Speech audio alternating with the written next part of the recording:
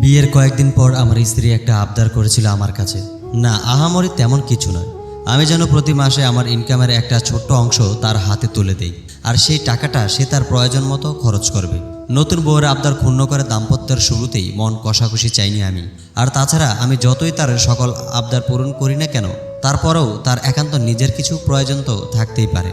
সুতরাং বউর আবদার মোতাবেক প্রথম মাসের ইনকাম থেকে অল্প কিছু টাকা তার হাতে তুলে দিয়েছিলাম। সেও ভারী খুশি হয়েছিল আমার দায়িত্বশীলতা দেখে। এভাবেই প্রতি মাসের 2 তারিখে আমার ইনকামের একটা অংশ তার হাতে তুলে দিতাম। আমি বাজারে ভুসিমালের ব্যবসা করি। এদিক সেদিক ইজারা দেনা পাওনা মিটিয়ে মাস শেষে যা দাঁড়ায় তা দিয়ে বেশ চলে যায়। তবে ঝামেলা বাঁধল বিয়ের 2 বছর পর। রোজগার মতো সেদিনও গোডাউনে বসে বসে ব্যবসার তদারকি করছিলাম। হঠাৎ দেখি আমার গোডাউনে শরীয়ত এসেছে। শরীয়ত আমার স্কুল জীবনের বন্ধু। বেশ কিছু বছর এলাকার বাইরে ছিল সে। শহরে নাকি কিসের একটা ব্যবসা করে কয়েক বছরে বেশ মোটা অঙ্কের টাকা কামিয়েছে, কিন্তু কি ব্যবসা করে সে বিষয়ে শরীয়ত কাউকে কখনো বলেনি। শরীয়তের আঙ্গুল ফুলে কলাগাছ হওয়ার মতো ব্যাপারটা আমার মনকে ভাবিয়ে তুলেছিল। কি এমন ব্যবসা করে সে যে কয়েক বছর লাখ লাখ টাকার মালিক হয়ে গেল? ব্যবসা তো আমিও করি, কিন্তু সব কিছু বাদসাদ দিয়ে মাস শেষে হাতে যা দাঁড়ায় তা দিয়ে সংসারটা চলে কোনো রকমই। সেদিনের পর থেকে মাঝে মধ্যে শরীয়ত আমার গোডাউনে আসতো, কথাবার্তা হতো দুজনের। আর যতক্ষণ আমার কাছে থাকতো দেখতাম ফোন নিয়ে ব্যস্ত থাকতো সে। একদিন কথার চলে জিজ্ঞাসা করলাম, দোস্ত, ফোনে কি এমন করিস যে সারাক্ষণ ফোন নিয়ে ব্যস্ত থাকা লাগে? নাকি বাবিকে রেখে প্রেম টেম করিস আবার? শরীয়ত একটা মিশ্র হাসি হেসে বলল, আরে না, আমার যত কারবার সবই তো এই মোবাইলের ভিতরে। আসলে তোকে বলছি আমি ব্যবসা করি, কিন্তু কি ব্যবসা করি সেটা বলা হয়নি। আমার কৌতূহলী মন আরও ছটফট করতে থাকলো শরীয়তের গোপন ব্যবসা সম্পর্কে জানবার জন্য।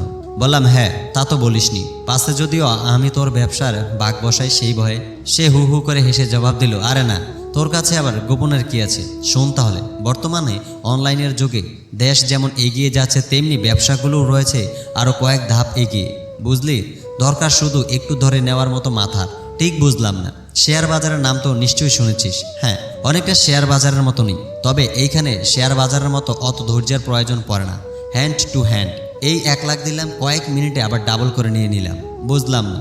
আরে ব্যাটিংয়ের কথা বলছি। বর্তমানে এই ব্যাটিংয়ের মাধ্যমে কত কত মানুষ রাতারাতি কোটিপতি হয়ে যাচ্ছে। এই আমাকে দেখিস না? শরীয়তকে দেখে আরও অনুপ্রাণিত হই আমি। উৎসুক ভাব নিয়ে জিজ্ঞাসা করি, তা আমাকেও একটু পথটা দেখা। এই বসি বেচে আর কতদিন? তুই বন্ধু মানুষ যখন বলছিস তখন তো সাহায্য করাই যায়। আচ্ছা ঠিক আছে, তোকে দেখিয়ে দিচ্ছি। তারপর সে তার মোবাইলটা বের করে একটা ব্যাটিং সাইটে গিয়ে আমাকে দেখিয়ে $100 ইনভেস্ট করলো। 5 মিনিট পর তার কারবার দেখে তো আমার চোখ কপালে উঠবার অবস্থা। এই দেখি আলাদিনের দৈত্যের চেয়েও কম কিছু না। লোভ জেগে উঠলো আমার মনে। ঠিকই তো, আমি 1 সপ্তাহে যেই টাকাটা ইনকাম করি সেই টাকাটা শরীয়ত কয়েক মিনিটে ইনকাম করে দেখিয়েছে, তাও আবার কোনো রকম পরিশ্রম ছাড়াই।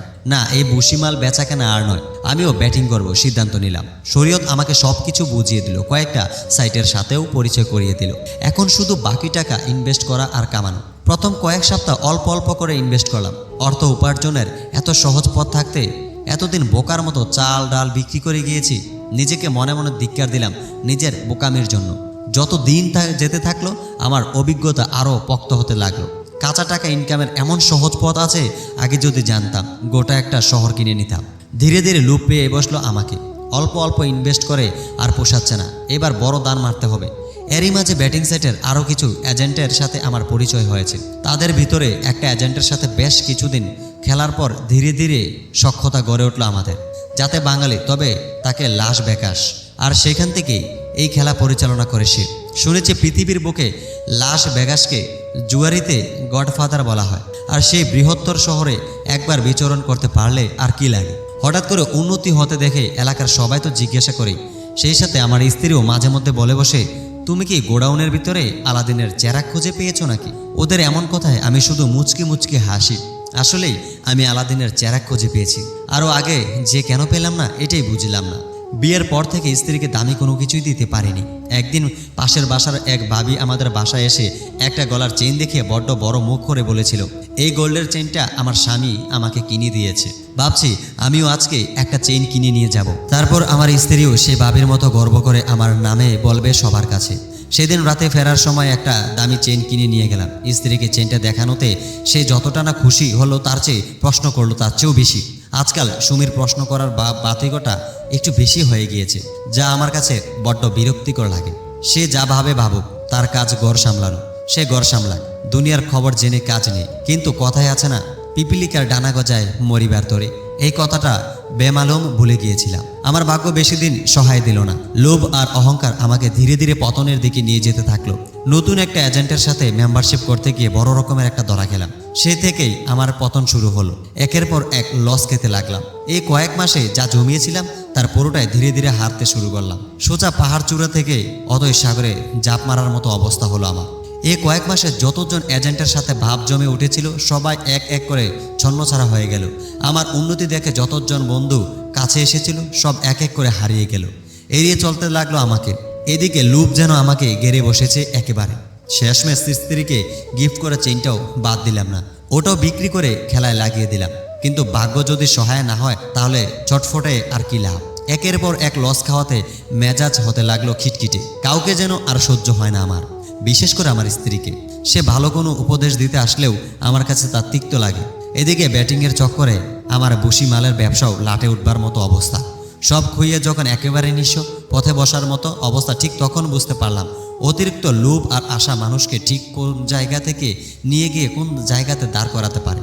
ছিলাম সাধারণ একজন ব্যবসায়ী, অল্প পুঁজি স্বল্প লাভ হলেও মনে শান্তি ছিল, সংসারে সুখ ছিল, দাম্পত্য জীবনে ভালোবাসা ভরপুর ছিল। ঠিক যেদিন থেকে লোভ পেয়ে বসলো আমাকে, সেদিন থেকে আমার জীবনের সুখ শান্তি আর ভালোবাসা মুখ তুবড়ে পড়ে মারা গিয়েছে। নিজের ভুলগুলো যখন বুঝতে পেরে অনুতাপের অতই সাগরে ডুবছি, ঠিক তখনই আমার স্ত্রী পাশে এসে দাঁড়ালো। আমার হাতে একটা ছোট্ট ব্যাগ ধরিয়ে দিয়ে বলল, তুমি আবার প্রথম থেকে শুরু করো।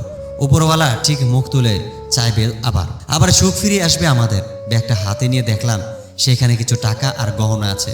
ব্যাগটা হাতে নিয়ে অবাক চোখে জানতে চেয়ে বললাম, তোমার সব গহনা তো আমি জুয়ারিতে বিক্রি করে দিয়েছিলাম, এগুলো আমার মায়ের। আর টাকাগুলো তুমি এতদিন ধরে আমাকে হাত খরচার জন্য যেগুলো দিয়ে এসেছো সেগুলো জমিয়ে হয়েছে আমার এগুলো। সংসারে সুখ না থাকলে ওসব গহনা আর টাকা দিয়ে কি করব? তুমি ওগুলো দিয়ে আবার নতুন করে ব্যবসা শুরু করো। কিন্তু কোনো কিন্তু না, আমার সবচাইতে দামি অলংকার তো তুমি থাকলেই আমার সব হবে। সবার জীবনে কিছুক্ষণের জন্য হলেও দুঃসময়ে আসাটা প্রয়োজন, কারণ সুসময়ে কাছের মানুষ চেনা না গেলেও দুঃসময়ে মানুষ চেনা যায়। তুমি যে নিজের ভুলটা বুঝতে পেরেছো এটাই অনেক। তবে একটা অনুরোধ, একই পথে দ্বিতীয়বার আর যেও না। আমার মুখ দিয়ে আর কোনো কথা বার হলো না। নিজের অনুতাপ যেন ভিতরটাকে জ্বালিয়ে পুড়িয়ে সব ভস্ম করে দিচ্ছে। বুক ফেটে আর্তনাদ বেরিয়ে আসতে চাইছে। সব কিছু ছাড়িয়ে স্ত্রীকে বুকে টেনে নিলাম, যদি এসবের থেকে একটু পরিত্রাণ মেলে সেই আশায়।